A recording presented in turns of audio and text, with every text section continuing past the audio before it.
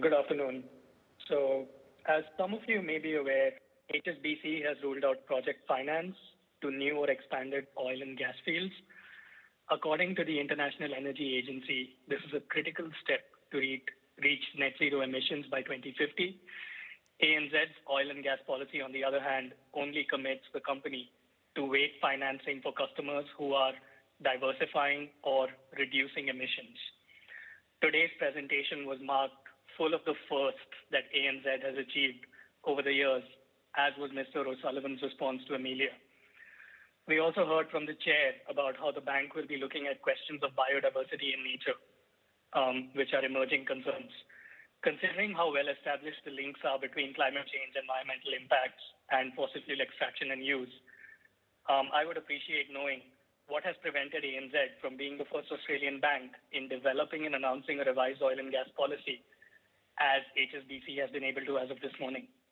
Thank you, Vishad. Could I just get you to repeat the very last part of your question there? What has prevented ANZ Bank from developing and releasing such a revised oil and gas lending policy, as HSBC has been able to?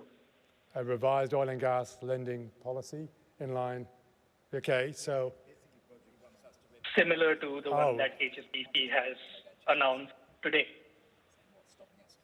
Oh, you want us to replicate what HSBC announced overnight, which was that they were capping lending to the oil and gas sector. Sorry, apologies, Vishad, the line is not great. That would be a good first step, Mr. Chairman, yes. I would expect that would be good, considering the International Energy Agency's recommendations.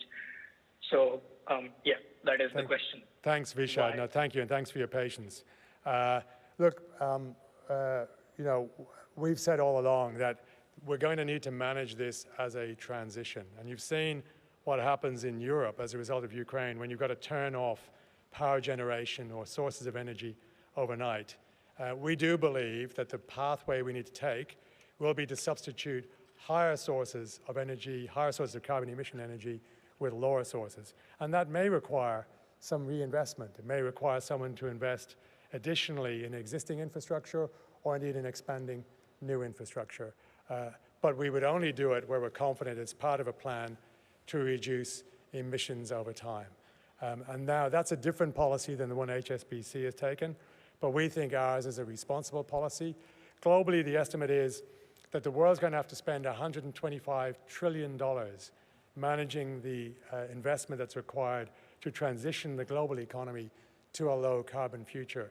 And we think a responsible bank like us should be willing to lend to companies that are looking to make that transition, but only on condition we're satisfied that they are reducing emissions intensity. I hope, Vishad, that answers your question, and it's why we're different to HSBC.